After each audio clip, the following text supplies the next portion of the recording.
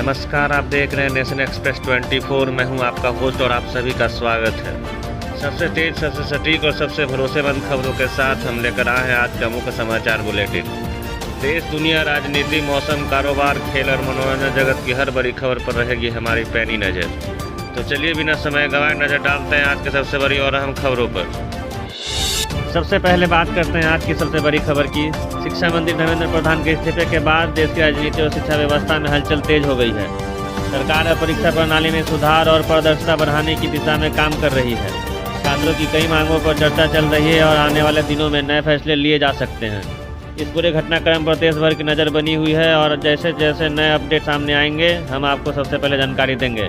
अब बढ़ते हैं अगली खबर की ओर। अब बात करते हैं मौसम की बड़ी खबर की। देश के कई राज्यों में मानसून एक बार फिर सक्रिय हो गया है। मौसम विभाग ने बिहार, उत्तर प्रदेश, दिल्ली समेत कई राज्यों में भारी बारिश और तेज हवाओं का अलर्ट जारी किया है। कई इलाकों में जलभराव और बाढ़ जैसी स्थिति बनने की आशंका जताई है। लोगों से अपील की गई है कि खराब मौसम के दौरान सुरक्षित स्थानों पर रहें और प्रशासन की सलाह का पालन करें। मौसम विभाग लगातार स्थिति पर नज़र बनाए हुए है। अब बात करते हैं अर्थव्यवस्था से जुड़ी बड़ी खबर की। भारत और अमेरिका के बीच व्यापार समझौते को लेकर बातचीत लगातार जारी है। नए टैरिफ नीति लागू होने के बावजूद दोनों देशों ने आर्थिक सहयोग को आगे बढ़ाने की प्रतिबद्धता दोहराई है।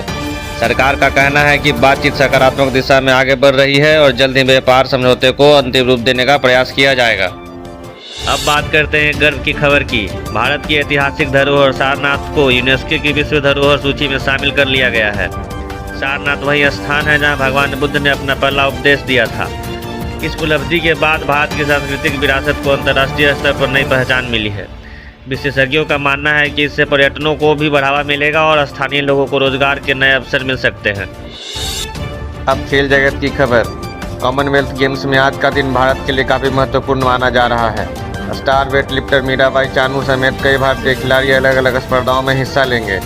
पूरे देश को उम्मीद है कि भारतीय खिलाड़ी शानदार प्रदर्शन करते हुए पदक तालिका में भारत की स्थिति और मजबूत करेंगे। खेल प्रेमियों की नज़र आज होने वाले सभी बड़े मुकाबलों पर बनी हुई है। अब बात करते हैं शिक्षा मंत्रालय से जुड़े एक और बड़ी खबर की। धर्मेंद्र प्रधान के इस्तीफे के बाद प्रहलाद जोशी ने शिक्षा मंत्रालय का कार्यभार संभाल लिया है। कार्यभार संभालने के बाद उन्होंने वरिष्ठ अधिकारियों के साथ पहली समीक्षा बैठक की। बैठक में परीक्षा प्रणाली को और अधिक पारदर्शी बनाने, छात्रों की समस्याओं के समाधान और शिक्षा व्यवस्था को मजबूत करने जैसे विषयों पर चर्चा की। आने वाले दिनों में मंत्रालय की ओर से कई महत्वपूर्ण फैसले लिए जा सकते हैं। खेल जगत से एक और शानदार खबर सामने आई है। भारतीय जूनियर पुरुष हॉकी टीम ने एशियन हॉकी 5S चैंपियनशिप के फाइनल मुकाबले में पाकिस्तान को 3-1 से हराकर खिताब को अपने नाम कर लिया है।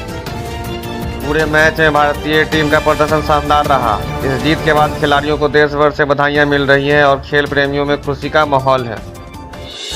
अब बात करते हैं गुजरात से आ रही बड़ी खबर की। राज्य के कई जिलों में लगातार हो रही भारी बारिश के कारण जनजीवन प्रभावित हुआ है। कई इलाकों में जलभराव की स्थिति बन गई है और प्रशासन ने राहत एवं बचाव कार्य तेज कर दिया है। प्रभावित क्षेत्रों में लोगों को सुरक्षित स्थानों पर पहुंचाया जा रहा है। प्रशासन लगातार हालात पर नज़र बनाए हुए है और लोगों से सावधानी बरतने की अपील की गई है। मनोरंजन जगत से बड़ी खबर सामने आई है। लोकप्रिय क्विज शो कौन बनेगा करोड़पति का 18वां सीजन 10 अगस्त से शुरू होने जा रहा है। इस बार भी महानायक अमिताभ बच्चन शो की मेजबानी करते हुए नजर आएंगे। शो की घोषणा के बाद दर्शकों में काफ़ी उत्साह देखा जा रहा है और सोशल मीडिया पर भी इसकी खूब चर्चा हो रही है।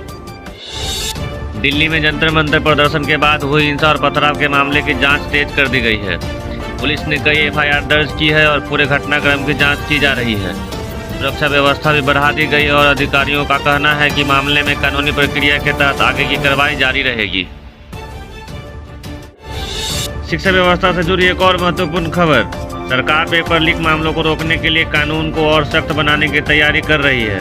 प्रस्तावित संशोधन के तहत जांच और सुनवाई की प्रक्रिया को तेज करने पर जोर दिया जाएगा ताकि दोषियों के खिलाफ जल्द कार्रवाई हो सके और छात्रों का भरोसा कायम रहे। अब बात करते हैं सुप्रीम कोर्ट के एक अहम फैसले की। अदालत ने स्पष्ट किया है कि किसी भी छात्र या उसके अभिभावक को अपार ID बनवाने के लिए मजबूर नहीं किया जा सकता। कोर्ट ने यह भी कहा है कि छात्रों की व्यक्तिगत जानकारी बिना वैध सहमति के साझा नहीं की जा सकती। इस फैसले को छात्र की निजता और डेटा सुरक्षा के लिहाज से बेहद महत्वपूर्ण माना जा रहा है।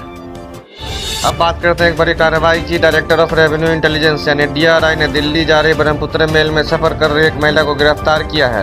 महिला के पास से लगभग 5 किलोग्राम विदेशी सोने के 42 बार बरामद किए गए हैं, जिनकी कीमत 7 करोड़ रुपए से अधिक बताई जा रही है। शुरुआती जांच में यह भी सामने आया है कि सोना कथित तौर पर बांग्लादेश सीमा के रास्ते भारत लाया गया था। फिलहाल जांच एजेंसी पूरे तस्करी नेटवर्क का पता लगाने में जुटी है और मामले में आगे की कार्रवाई जारी है। फिलहाल इस बुलेटिन में इतना ही। देश और दुनिया की हर बड़ी और भरोसेमंद खबर सबसे पहले पाने के लिए जुड़े रहिए नेशन एक्सप्रेस 24 के साथ। अगर आपको यह वीडियो पसंद आया हो तो इसे लाइक करें, शेयर करें और हमारे चैनल को सब्सक्राइब करना न भूलें। धन्यवाद। नमस्कार।